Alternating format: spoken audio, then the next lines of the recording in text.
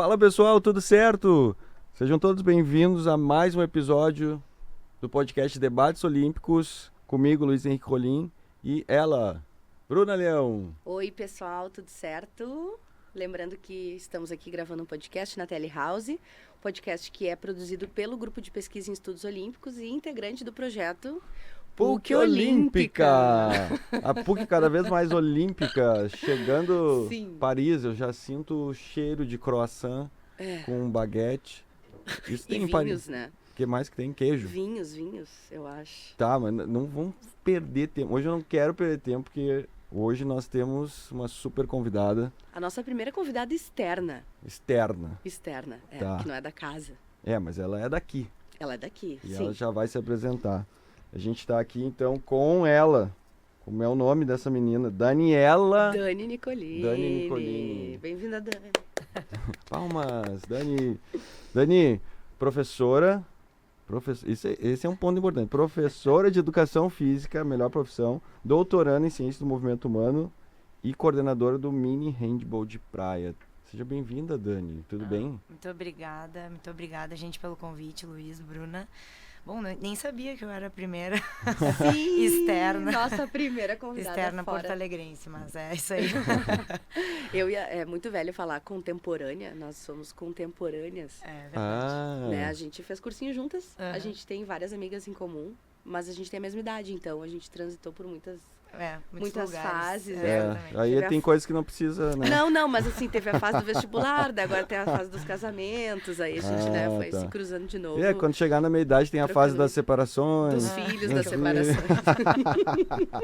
Mas, Dani, sabe que uma coisa, primeira coisa, né? Quando a gente tava ali olhando o perfil dela no Instagram e tal, e aí eu olhei assim, a primeira foto que eu vejo é ela defendendo uma bola de handball. Com os braços e as pernas Não, abertas. daí eu fiquei pensando, como é que uma pessoa escolhe ser goleira de handball? Mas sabe por que isso é aplicável depois na vida adulta? Porque quem tu acha que pegou o buquê no casamento? Tu não tem noção, ela fez uma defesa, não sobrou pra ninguém, ó. Ela verdade. Pegou, foi verdade. lindo assim, ó. Tá, As habilidades que ela já transferiu, né? transferência de aprendizado, boa. Dani, conta pra nós como é que o handball, assim, entrou na tua vida, tuas escolhas, né? Acredito que tudo foi se desencadeando aí pros estudos da área do esporte. Sim. Mas conta um pouquinho pra nós como é que foi isso. Hoje em dia, quando a gente vai tentar explicar, as coisas começam a se embaralhar, né? Porque parece que daí tudo fez sentido e tu nem sabia quando tu era mais nova, né? Mas eu comecei a jogar handball no colégio e eu gostava de jogar na linha e gostava de jogar no gol, só que comecei a me destacar um pouquinho mais em jogar no gol e fui crescendo. E quando eu tinha ali uns 16 anos, eu fui apresentada pelos meus treinadores na época do clube ao handball de praia. E depois que eu comecei a jogar handball de praia, eu meio que não quis mais saber do handball de quadra e segui sendo goleira, né? Mas desde que eu comecei no handball de quadra, no colégio e toda a minha caminhada escolar, clube, foram me levando para depois escolher a minha profissão, que é a minha profissão hoje, professora de Educação Física, né? Então, eu me formei em licenciatura e bacharelado. Hoje eu consigo dizer que eu trabalho nas duas áreas, né? Então, eu trabalho em escola, dou aula para um público de escola privada e escola pública, que também é bastante Bem diferente. bem diferente. E também faço parte de uns projetos e programas na parte de gestão, que de início não era aonde eu mirei, mas tem cada vez me chamado mais atenção, né? Então, tanto a parte dos meus estudos, que eu ainda estou finalizando, né? Estou finalizando, esse ano é o último ano de doutorado. Não é uma vida fácil. Não é uma vida fácil. Eu não cheguei nessa parte. Não é uma vida fácil. Trabalhar 40 horas e fazer o doutorado. Exatamente. Mas, por mais que seja uma parte na parte do estudo ali, sobre o mini handball que eu estou estudando, né, a iniciação para as crianças, também o doutorado te ensina uma série de outras habilidades que não ficam só ali no papel, né? Então, essa capacidade de gestão de tempo, conseguir desenvolver várias frentes, me levaram um pouquinho para essa parte da gestão, né? Então, hoje as escolas e a gestão dos programas, a gente vai conversar mais um pouquinho. Dani, eu queria já aproveitar e fazer um link com o nosso último episódio e te perguntar o que tu consegue transferir dessa rotina e dessas habilidades que tu aprendeu no esporte e na pesquisa com a tua liderança nesses projetos e nas tuas atividades como professora também. Uhum. Eu fico pensando assim, hoje, que teve um pouco de características minhas que me levaram nesses caminhos, né? E hoje eu tento pegar esses exemplos que eu passei e tentar passar para os meus alunos, principalmente ali do handball, mas também na educação física, né? De tentar pensar, assim, que a educação física, ela é um lugar em que as pessoas se expõem bastante e às vezes elas não querem estar ali por essa exposição, mas quem sabe tentar mostrar que aquele lugar elas podem tentar aflorar de alguma maneira positiva, né? Que aquele lugar não precisa ser um lugar ruim, né? Então, de tentar exaltar uma característica, às vezes ela vai ser um pouquinho melhor nesse esporte ou nessa atividade rítmica, que seja, né? Diferentes formas. Mas que ela pode se expressar de uma maneira melhor, porque às vezes os adolescentes estão meio retraídos, cada vez menos relações, assim. Então, essa parte de liderança que eu exerço, né? Eu tento trazer, tanto como atleta ainda, tanto como uma mulher dentro da gestão, e mostrar, assim, né, para as meninas, principalmente, minhas alunas, que elas podem fazer várias coisas, que às vezes elas acham que não podem, né, ou até ouvem que não podem, ouvem bastante ainda. Então, eu tento ir levando para dentro da aula, para dentro do treino, todas essas possibilidades, assim. Que legal. E o mini handball, ele, pelo que eu vi, daí tu me corrige se eu estiver errado, eu vi que ele é liderado por mulheres, assim, né? Eu acho que esse é um ponto bacana, porque a gente falou bastante sobre isso, né, Bruno? Até a notícia, pauta surpresa. O Luiz, quando é um episódio só meu e dele, ele traz uma pauta surpresa. Isso, e aí eu trouxe que a gente vai ter mais mulheres, né, representando o Brasil em Paris do que homens. Então, essa mudança, assim, e agora eu ouvi o teu comentário sobre como ainda tem muito esse aspecto da menina ouvir, que não é o lugar dela, né? Então, pra ti, né, como é que foi passar por essas etapas até hoje que a gente vê, né, a tua liderança, né, exercendo, mas passar por isso, né, o que precisou família, como é que foi esse processo pra ti? Não, então, pra mim, assim, a minha família sempre disse, vai, joga. Nunca teve nenhum problema em relação a isso, assim. Eu lembro de, adolescente, menorzinha, assim, fazer algumas coisas erradas. Ah, não, sai do handball, vai, para de treinar handball. Não, pelo amor de Deus, me tira tudo, menos isso. Me tira esse caderno aqui, mas me dá a bola. Me tira tudo menos isso, assim, né? Em relação à família, sempre foi tranquilo. Sempre tive apoio do meu pai, da minha mãe, né? A família, assim, mesmo de longe, que legal, ela joga, ela viaja pra jogar, né? Então, isso foi sempre bem bacana, assim, né? Mas esse programa, Mini Handball Brasil, que eu faço parte hoje, ele é um programa da CBHB. Estamos no 4º ano de programa, desde que assumiu a nova gestão da CBHB. E ela é composta pelo nosso diretor, o Diego, a vice-diretora, a Thelma, e 2 coordenadoras de mini handball de praia. Daí é como se fosse um braço desse Mini Handball Brasil, que inicialmente foi feito para quadra, e a gente abriu a coordenação do mini handball de praia. E sim, então essa diretoria ela é composta por 3 mulheres e um homem, né? Homem, que legal. Coisa boa, né? Nossa. E eu aqui, ó, eu tô minoria. Só chegou, né, Luiz? Não, coisa boa. Tu só chegou. Eu posso dizer com tranquilidade que partiu também do Diego, né? Essa visão. Ele nos convidou, ele foi nominado, né, diretor, e ele compôs a diretoria dele conosco. E hoje a gente vai trabalhando juntos, assim, né? E acho que isso é importante de dizer, que eu não me sinto mais confortável ou não gosto de ver lugares em que só homens, hoje em dia. Parece que não cabe mais, Não, né? Não. Tu vê uma palestra, um auditório com 5 palestrantes homens. Por quê? Será que... Não acredito que não tivesse nenhuma mulher competente para estar ali junto, né? Então, isso com qualquer outro tipo de... né? Todos os tipos de pessoas, assim. Então, eu acho que a gente indo cada vez um passinho a mais e colocando nosso pé ali, né? Então, é isso. Bem Boa. demais. E olha só, a gente estava conversando aqui sobre o esporte em si, né? Mas antes da gente entrar mais nessa pauta do esporte, né? Olhando para os Jogos Olímpicos, mas antes assim do esporte como formação também, a gente vê o handball. A gente tem aqui uma disciplina no curso de Educação Física que se chama Esporte de Invasão e o handball faz parte dela. E a gente sempre comenta que o handball ele tá ali, mas às vezes o próprio jovem ele olha o handball assim, nossa, mas handball, né? Ainda vai ter assim uma pessoa a cada tantas que vão ter um interesse. Como tu trabalha na escola, como tá todos envolvida nesse processo, né? Em diferentes também nichos, né? Diferentes Exato. ambientes e contextos. E isso, como é que tu tá vendo o handball no Brasil? A gente teve alguns resultados, mas como é que tu tá vendo, assim, o cenário hoje desse esporte?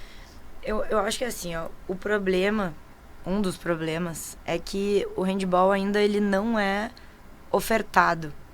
Então, pode ser que esse adolescente ele chegou ali na adolescência e ele não conheceu ainda menorzinho o handball. Então, ele pode até gostar, mas ele já é adolescente, ele não teve contato. E aí ele não desenvolveu outras preferências. E às vezes não desenvolveu aquela habilidade, aí ele já não se acha muito bom, ele já não quer fazer, né? Então, a gente sempre fala assim, o handball ele tem que ser uma opção lá dentro para as crianças. Porque o futebol o futsal o judô né? Um pouco mais, dança, o vôlei é mais massificado. O handball também tem que ser uma opção, porque ele tem que conhecer ali pequeno que o handball existe. E aí depois, quando tiver ali na fase de escolher uma preferência, ali 13, 14 anos, ele já soube que existe, ele já vivenciou aquilo e agora de repente ele pode seguir, né? Sim. E aí, tem que ter a formação das crianças, aí depois tem que ter aonde ele jogar, né? E depois tem que ter como ele se sustentar com aquilo. Então, são várias frentes, assim, mas no campo da formação, primeiro eu diria que ele tem que ser uma opção. Tem que ter um professor que queira ensinar, que queira dar aquela escolinha, né? Que queira desenvolver um projeto para que ele se apaixone, assim, né? E eu vejo, quando eu apresento, normalmente, pelas idades que eu dou, eu apresento o handball para essas crianças. Como é que tu convence uma criança? Assim, olha só. Qual a idade? Segundo, terceiro ano, então 7, 8, 9 anos. Como é que tu convence? Olha Como só, é que tu vai vende? jogar esse negócio aqui, esse negócio que é muito bom. Por exemplo, eu sou goleira. O meu objetivo é não tomar uma bolada no rosto. Como é que tu convence ele a gostar do handball? Não, eu falo assim, ó, tá vendo essa bola aqui, ó? Tem que pegar essa bola e fazer gol.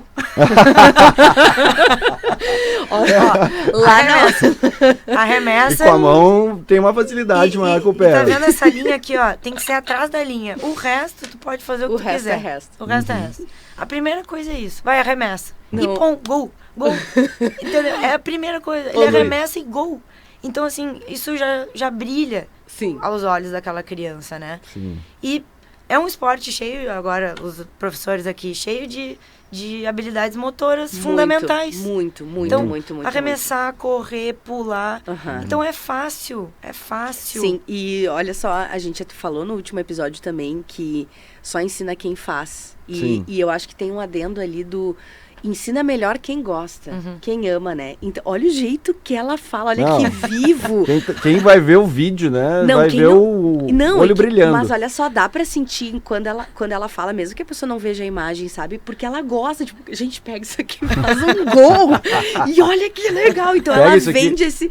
Porque vem dentro, assim, o amor, né? E põe essa meleca aqui na mão, aí a bola gruda.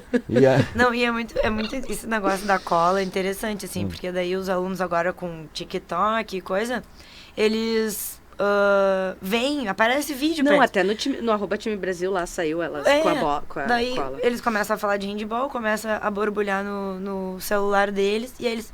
Prof, o que é aquela coisa que eles passam na mão? Porque no colégio a gente não usa, né? Eu nunca usei no colégio. Calma, se tu um dia continuar jogando, tu vai saber o que é. A meleca é pros avançados. Que demais, que demais. Coisa de gente grande. Exato. Dani, olha só, pensando na coisa de gente avançado, eu acho que é legal também pensar isso, né? Hoje, se a criança gostou do esporte, ela quer continuar, como é que a gente encaminha ela daí? Como seria assim, um caminho que tu vê hoje para, sei lá, uma profissionalização de uma pessoa? Tem que sair fora do Brasil? É esse o caminho? Não, então, acho que logo depois que a pessoa se formar, ela consegue se formar dentro do Brasil no handball, assim. Infelizmente, aqui no Rio Grande do Sul, não. Ela vai conseguir uma boa categoria de base aqui no Rio Grande do Sul. Tem várias cidades que estão disputando o Campeonato Brasileiro em várias categorias. Mas adulto, ela vai ter que sair do Rio Grande do Sul. Ela vai ter que procurar, principalmente, São Paulo, por exemplo. Né? E daí ali tem bons times adultos, femininos e masculinos. E a partir dali, as pessoas têm se destacado, né? Os atletas adultos têm se destacado.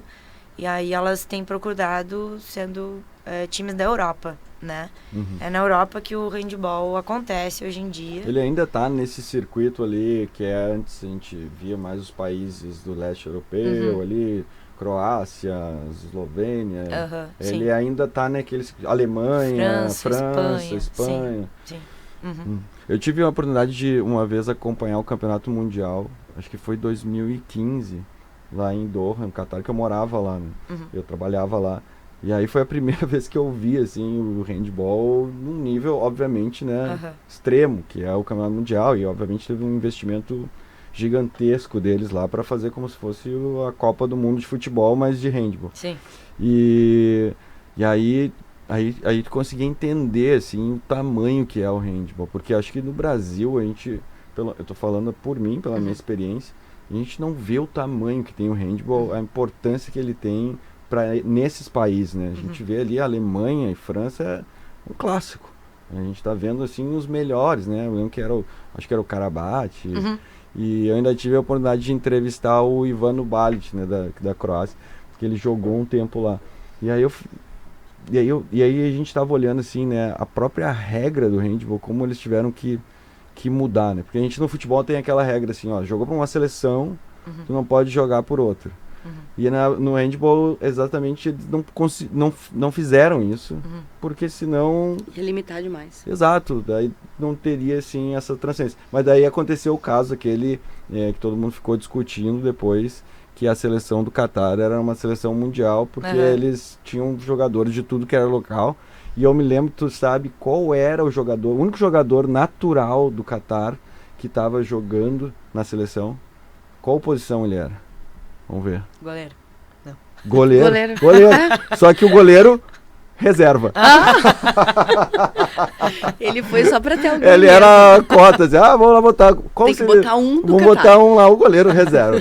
Não, mas brincadeiras à parte, mas para ver como é o esporte, né? Acho que assim, até para as pessoas entenderem como ele tá, assim. Continua sendo assim. Então, lá na Europa, o Catar também, né? Continua sendo o berço. Há uma renovação, uma vontade da gestão, tanto das Américas quanto, né, enfim, do próprio Brasil, de que cada vez o esporte cresça, assim, né? Mas, por exemplo, agora o Brasil o masculino está disputando um pré-olímpico, muito difícil. Ontem eles perderam de 1 gol, né? Então, eles estão numa chave difícil, vão ter que ganhar o próximo jogo e, né, ajustar um último jogo ali que seria bastante difícil. E que, não sei, tomara que dê certo, né? Mas estamos numa situação difícil no masculino, né? O feminino já está com a vaga garantida e como eu disse antes, assim, a gente está dentro do Brasil internamente passando numa fase de renovação de gestão. E eu acho que o sucesso da modalidade ela vai passar pela gestão da sua confederação, né?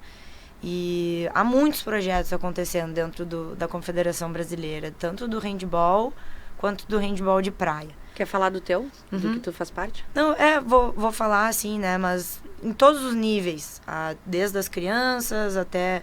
Há uma reestruturação dos campeonatos brasileiros, né? Em todas as categorias. No adulto, foi dividido por regiões do Brasil, porque o Brasil é muito grande. Se botava todo mundo jogando no mesmo dia, no mesmo campeonato, assim, na mesma semana, todos os clubes do Brasil, acabava que sempre iam os mesmos para as finais. Agora, as regiões vão levando os vencedores das suas, e realmente um campeonato brasileiro, não um campeonato só sudeste, vamos dizer assim, sabe? Sim. Então, há uma vontade, há trabalho, né? Mas essas coisas levam tempo. Sim. Levam tempo. Como eu disse, essa nova gestão, ela só está há 4 anos. O que é 4 anos? Nossa. Nada. Nada, né? Então, esse caminho está sendo trilhado. Sim. Esse programa, o Mini Handball Brasil, ele é um dos pontapés, né? Então, ele tem hoje... Como é que ele funciona? Os professores que trabalham em todas as regiões do Brasil, eles podem, todo final do ano, pedir uma chancela da confederação para a sua atividade. Então, lá eles vão ter que dizer quantas crianças eles dão aula, qual é a estrutura que eles têm. Se eles compõem todos os requisitos, os pré-requisitos, eles ganham a chancela da confederação, que é uma chancela gratuita. E é a única chancela gratuita da confederação. Então, tu tem lá o logo, eu aprovo esse projeto. Bota o seu filho aqui porque eu aprovo esse projeto. Então, a gente tem todo esse cuidado de ver como é que está funcionando a estrutura e dar a chancela. Hoje tem mais de 500 polos no Brasil. E tá tudo na internet. Eu quero jogar, eu moro, sei lá, em Formigueiro, aqui no Rio Grande do Sul. Formigueiro. Tem uma cidade, dos meus avós. avós. Eu ia falar, foi muito específico, né? Eu pensei, nossa... Será que tem algum polo de mini handball perto daqui, que seja, sei lá, em Santa Maria? Pô, tem. Então vou falar, tem o contato daquele professor lá. Então vou lá, isso tem no Brasil inteiro, de todos os polos chancelados. Tem os oficiais que já funcionam e tem os futuros, que estão se arrumando ainda para funcionar, para colocar em prática. Isso acontece no handball de quadra e no handball de praia. No handball de praia tem menos polos ainda, porque o esporte ainda é um pouco menor, mas ele tem funcionado da mesma maneira. Então, a gente está com quase 30 polos no mini handball de praia e mais quase 500 no handball de quadra. Então, é também um passo para que isso massifique, daí essas crianças crescem, vão para a próxima categoria, vão para a próxima categoria, vão para a próxima categoria e conheceram um handball pequenininhas, né? Sim. E o ponto, assim, que eu tava ouvindo teu comentário, eu tava indo contigo, assim, daí eu pensei, bom, aonde é que isso vai chegar, né? E aí, o mini handball, ele é um pouco diferente do handball na areia, que já tem uma caminhada que ele já tá, assim, com passos mais avançados. O mini... Na visão de vocês, né? O mini handball, ele é, assim, uma categoria de entrada pro handball de areia, ou tu acha que ele vai se estabelecer como, sabe? E vamos explicar o que é o mini handball, pra quem não sabe. Vai. O mini handball é a iniciação no handball para crianças de 5 a 10 anos. Aí. Então, quer chamar de primeira categoria? Pode ser. Mas não é uma categoria competitiva. A gente preza que essas crianças participem de festivais, de encontros, né? Que elas conheçam outras crianças. Pra ela viver. Pra ela viver aquele ambiente, não um ambiente de competição ainda. Que comece ali com 10, 11 anos, daí ela pode começar a competir realmente. Bom, qual é a tentativa do mini handball de praia? Que realmente crianças comecem a jogar handball de praia, crianças. Porque o que acontece hoje? A pessoa começou pelo handball de quadra. E aí depois migra. Ela começa, aí ela conhece o handball lá com adolescente. Que é o que acontece com o futevôlei, por exemplo. E aí ela conheceu o adolescente, daí ela migra. Aí ela perdeu uma série de experiências que ela poderia ter conhecido antes, né? Tem funcionado, funcionou até hoje, né? O Brasil é um dos melhores no em perspectiva mundial do handball de praia. É tricampeão no masculino, no feminino, pentacampeão mundial no masculino. Mas a tentativa é que haja entrada pelo mini handball de praia também nessa modalidade.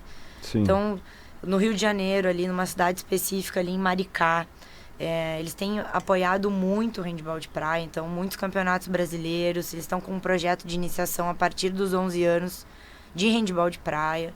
Então, as escolas municipais lá estão começando o handball de praia e visando os próximos Jogos Olímpicos da Juventude, para que o Brasil tenha gente jogando, sim, né? Sim, claro. Para montar suas seleções e fortalecer a própria modalidade, né? Então, esse é o objetivo. Ele vai captar, né, toda essa criançada, né, essa juventude, para poder, então, a gente... Acho que essa estratégia, ela, vamos dizer assim, ela sempre foi um dos objetivos, assim, de qualquer esporte, né? Tu ter um número maior de pessoas praticando para dali especializar alguns, né? Então, uma estratégia que a gente vê, assim, histórica até do esporte. Dani, com quantos anos tu começou a jogar? No colégio com 10. Tá, e aí falando sobre o mini handball, e aí na tua experiência, por que foi importante praticar esporte quando tu era criança? Esse ambiente ofertado, né? Porque nós duas estudamos em escolas que tinha muita oferta de esporte. Então, não é todo mundo que tem essa realidade, né? Mas o que pra ti foi importante a prática do esporte já na escola? Olha, bom, o esporte me deu os meus melhores amigos até hoje, né? Primeiro, eu acho que é isso, assim. Eu sempre gostei muito, assim, eu tenho dificuldade de falar isso, que às vezes eu não consigo me colocar no lugar, né, de alguém que de repente não gostava e conheceu, né? Né, Bruna? Como assim? Como assim? Não entendi. Não, porque do esporte. O que tem? Não. Ele fica dizendo que dança não é esporte, mas eu jogava handball no colégio, eu fazia... Era dupla com a Dani. Não era escolinha, não, mas a tua irmã jogava basquete. Jogava vôlei. Quem que da tua galera tinha umas gurias que eu competia também do basquete. Eu tenho um troféu da Copa Anchieta na minha casa. Eu falei isso no episódio passado. É verdade. Ele não acredita em mim ela disse, eu tenho um troféu de basquete. Da Copa Anchieta? Eu tenho. Não. Mas eu também eu fazia os treinos de handball, mas a gente não saía pra competir. Mas vai, continua lá. Não, então, eu era meio que conhecida, assim, no colégio por gostar muito e praticar todos os esportes. E aí eu fiz muitos amigos, né? Eu fiz várias escolinhas ali, e aí eu conhecia as gurias das outras turmas, daí a gente conversava e tal. E a escolinha era no colégio primeiro? A escolinha era dentro do colégio. E depois foi pra algum clube? Depois eu fiz uma peneira, na época o Inter abriu um projeto olímpico. Olha! Projeto olímpico, tinha handball, taekwondo e futsal. Não, futsal não. Mas tinha futsal mesmo não sendo olímpico, era um projeto com umas de outras modalidades. 4 modalidades. Assim. E eu fiquei jogando lá 5 anos. O tempo que durou o projeto ali, desde os 14 até os 17. Sim. E foi quando eu joguei no clube, né? Foi ali que eu depois conheci o handball de praia. Disputei outros campeonatos que não eram escolares, eram bem mais fortes, né? E tu ficou sabendo dessa peneira pelo teu professor do colégio? Pela minha professora do colégio, E na época não tinha muito celular e coisa. Ela disse, vai sair no site do Inter, tal dia, né? Tem que se inscrever. Já tinha site, né? Não, sim, isso sim. Tem que se inscrever por lá, tem que cuidar. Depois a lista vai sair no site das selecionadas. Então, foi umas 100 gurias, fazia a peneira, passavam 20... Eu passei como goleira. Não, mas é isso que importa. Já construindo a carreira. Não, que isso. Nossa, só quem fez peneira sabe o quanto é uma situação de pressão, né? Eu nunca fiz. Dependendo da peneira, né, do esporte, ela é ali um momento crucial na vida da criança, né? E eu ficava pensando assim, eu lembro bem daquela época, assim, foi uma coisa muito importante pra mim. Eu sempre quis, né, jogar. E aí eu lembro, será que eu sei o suficiente? Sim. E eu sabia o suficiente dentro da escola, me ensinaram dentro da escola, né? Isso é legal de ser dito, assim, né? Então, serviu tudo aquilo que eu tinha aprendido para passar na peneira, assim. E dá pra fazer um link, já que eu jogava e conhecia ali. O handball de praia aqui no Rio Grande do Sul, há uns anos atrás, ele só acontecia no verão. Muito por causa do nosso clima. E aí, foi no verão, eu tinha ali 16 anos, o nosso treinador lá do Inter falou, bom, vamos se inscrever num campeonato de verão, jogar pelo Inter o handball de praia. E tinha uma cancha de areia lá no Beira-Rio. E aí, a gente começou a fazer os treinos ali dezembro, janeiro. E ele começou a nos ensinar as regras e tal. Só que naquela época ali, o Inter já estava meio que terminando o projeto, assim.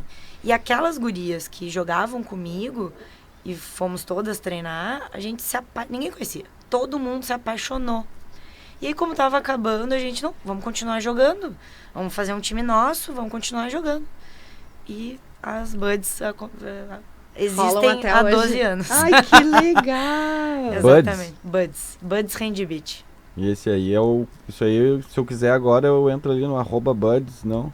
@buds Handbeat no Instagram. E aí é um... Como é que funciona pra participar? Bom, então, hoje a gente... Vai querer, Bruno? Não, calma. Não, mas tinha uma época que tinha um time de handball aqui, na PUC. Que era um símbolo verde. Tinha eu fui de lá quadra. uma vez. Fala de mim, Luiz. O Luiz adora falar, mas eu tenho uma carreira esportiva no meu background. Vai, vamos ver. E aí a gente, bom, há 12 anos e, deixa eu ver mais ou menos agora, desde 2019, que a gente institucionalizou, criou um CNPJ. E aí a gente veio fazendo várias coisas pela modalidade, né? Só pelo handball de praia. A gente fez curso para professor, trouxe técnico da seleção, professor da rede municipal, fez campeonato para atletas, para as atléticas de várias faculdades aqui, só de handball de praia. Então a gente foi percorrendo esse caminho, foi o primeiro time aqui que começou a treinar o ano inteiro, mesmo não tendo campeonato no inverno aqui. A gente foi um dos primeiros times que foi e tentou correr o circuito brasileiro de handball de praia, o único time aqui do Rio Grande do Sul. E aí toda essa caminhada nos levou hoje para conseguir ser aprovado no Pro Esporte, né, a lei de incentivo do estado aqui do Rio Grande do Sul. Então, nós somos o único time de handball de praia aprovado. A gente foi, inclusive, aprovado em primeiro lugar, à frente daí todos dos futsal aí e tal. Mas por essa caminhada que a gente fez, né? Eu até tinha perguntado para a Bruna que acho que seria importante, assim, falar dos nossos patrocinadores. A gente tem 3 patrocinadores hoje, que é a Vieser Supermercados, a Rodex e a Clintex, que estão com a gente, acreditaram no projeto. E hoje a gente é uma equipe de rendimento feminina, que é gerida por 4 mulheres na gestão. E é isso, assim, a gente corre o circuito, a gente tem tentado fazer muitas coisas, assim, né? Eu, às vezes, fico meio sem saber por onde começar. E olha só, aí as pessoas fazem uma peneira para entrar, tem teste, tem aula, vocês também prestam serviço, como é que funciona? A gente estava prestando, mas a gente parou para focar realmente no projeto de rendimento. Tá. E hoje, se a pessoa tem interesse, ela pode entrar em contato, né?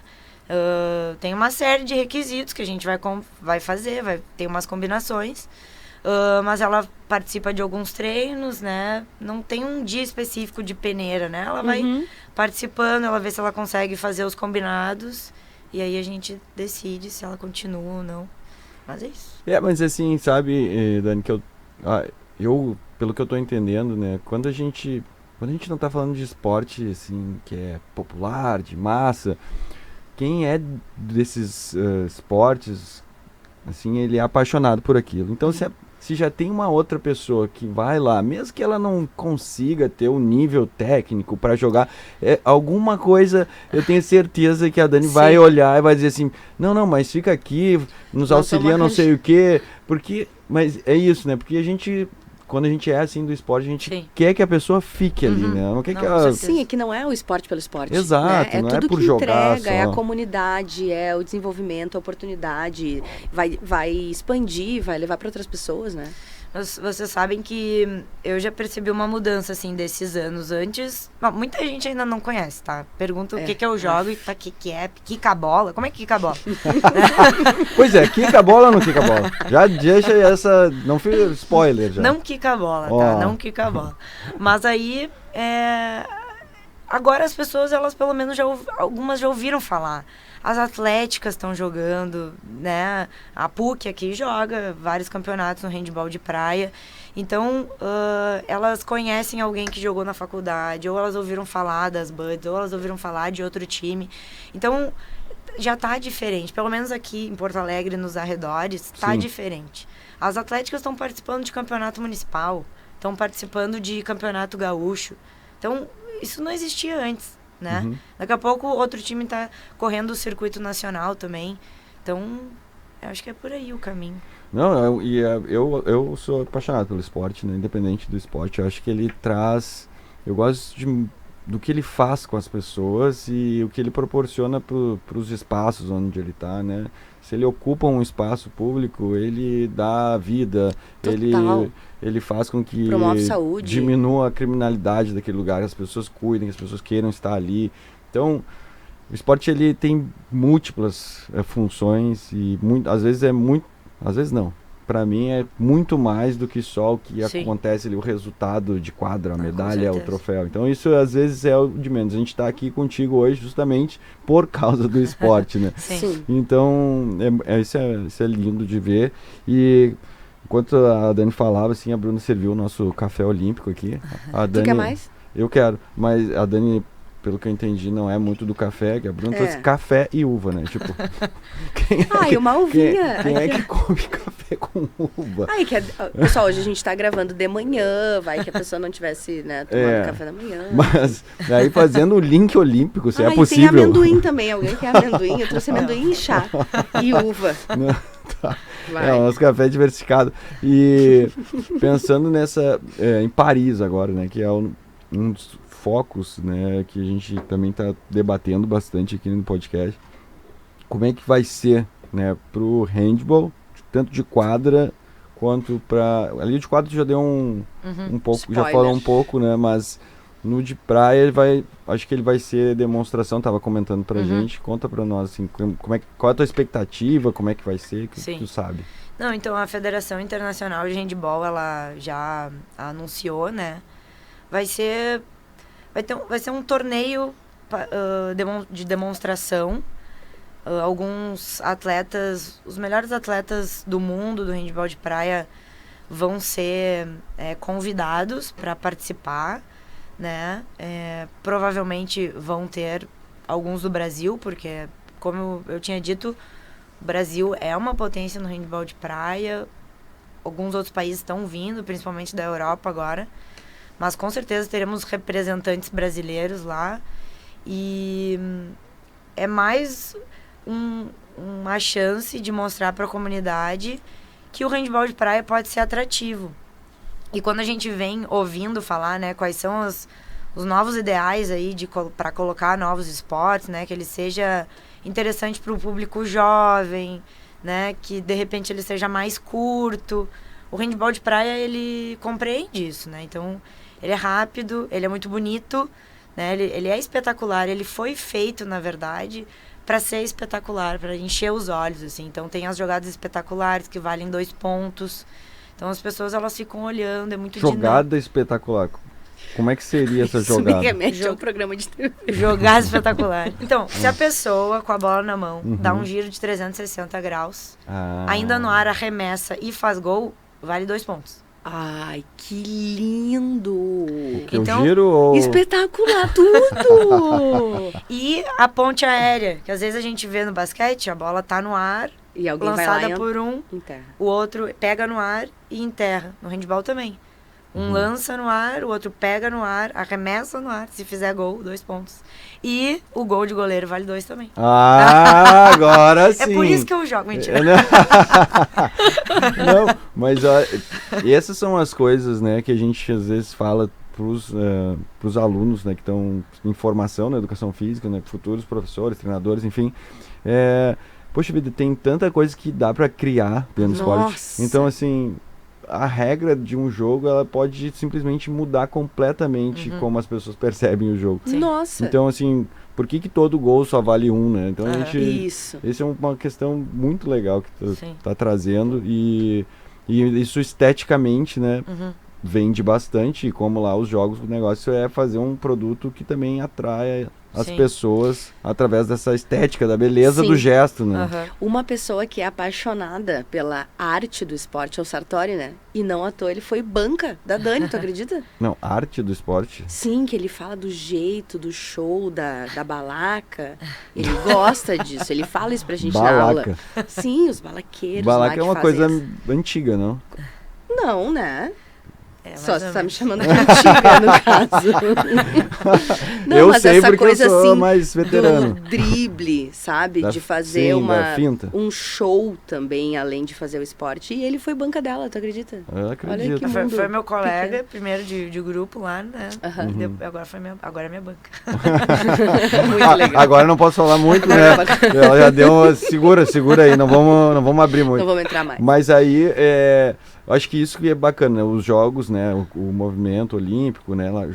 Liderado, obviamente, pelo Comitê Internacional, tem buscado novas modalidades que atraem um público cada vez mais jovem. E acho que o handball de praia, ele tá nessa caminhada. E quando a gente vê um esporte que ele se apresenta já, né? Como demonstração, para quem não sabe, o esporte de demonstração, ele acontece, um torneio ali durante os jogos, mas ele não vale medalha, né? Sim. Isso aí, historicamente, serviu como um meio de entrada para novas modalidades, né? Então, assim, foi com o próprio, o vôlei, todas essas modalidades, elas tiveram um momento de apresentação e depois elas se tornaram parte do programa. Então, é um grande teste. Um grande teste.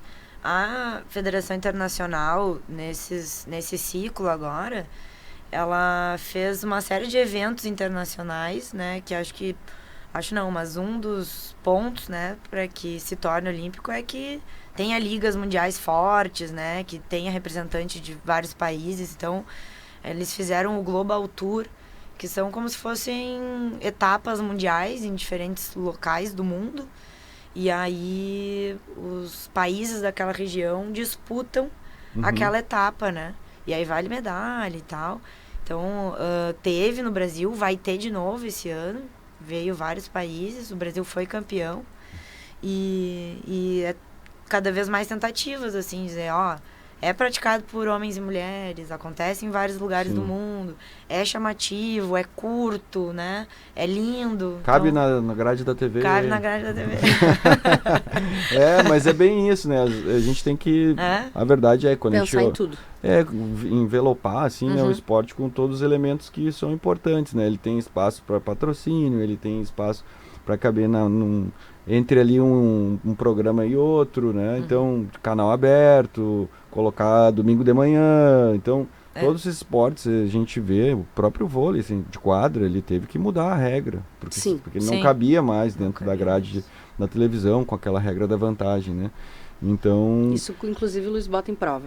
Exato. Na nossa aula é importante as pessoas saberem isso. De rede divisória. Viu? Já fica aqui o complemento do estudo. Mas eu acho assim, né, também, a gente está assim, caminhando aqui para o final, e a gente realmente pensar que existem, né, muitas vezes, para quem está no esporte, existe muito caminho ainda que dá para fazer, né, novas modalidades para serem criadas, e existe espaço, né, a gente está vendo, eu acho que Paris vai ser um divisor de águas, assim, né, na nossa percepção sobre inovação, assim, em termos de como ver o esporte, né, não ver só as mesmas modalidades, né, a mesma forma de se fazer os jogos, enfim, acho que Paris vai ter esse caráter, assim, mais de renascença francesa, sabe? O Nelson falou isso ontem no nosso encontro do grupo de pesquisa, mas eu acho Quem que... é o Nelson? O Nelson, nosso professor, coordenador do grupo de pesquisa em estudos olímpicos. Sim, porque o Nelson lá...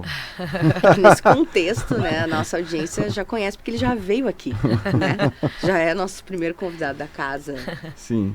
Mas eu acho que a gente está no momento de olhar o esporte, claro que Paris vai ser a vitrine para isso, mas olhar o esporte para tudo isso que a gente está falando, para além do esporte. Sim. O que o esporte, como que nas escolas impacta, como que na formação das pessoas impacta, o que traz de novo e de resultado fora da prática ali, das 4 linhas. Exato, não, e assim, o esporte, olha só, é um esporte que já começa igualitário, assim, né? Sim. Então, sabe, não tem o ranço Isso. de alguns esportes. Sim, sim. Então, assim, não, é assim que funciona, gente, hoje, não tem mais. Não tem. Não tem como pensar para um e não para o outro, né? Então, acho que isso que é o bonito. Dani... Perguntas finais. Perguntas finais. E aí a Bruna preparou aí Um de cada. Como é que vai ser esse negócio? Não, vou só perguntar. Ah, tá.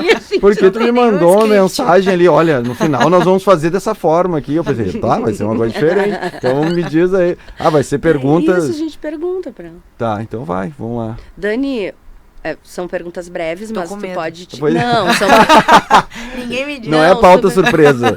Não, super tranquilo. Dani, um professor que fez diferença, que tem alguma história aí que tenha marcado na tua formação como profissional, como pessoa. Tem só um. Tu pode falar um prof, pode falar uma situação, pode falar outros também, né? Não tem problema. Não, então, eu tenho um professor no colégio, assim, que ele foi o meu primeiro professor de handball. E eu lembro o quanto ele construiu uma cultura do handball na escola. Qual é o nome dele? O nome dele era Anchieta. Ah, eu lembro dele. Pior que eu já fiz aula de dança com ele. Ele trabalhava no Anchieta e o nome dele era Anchieta. Uhum. Mas... e ele era professor de dança. Professor de dança. Ele trabalhava em cruzeiro. Isso. E ele criou essa cultura, né? Na época tinha peneira para participar do time de handball da escola. Pensa. Era uma cultura, então, desenvolvida ali. Né? E assim, ó, ele não era especificamente do handball. Ele era do atletismo e da dança.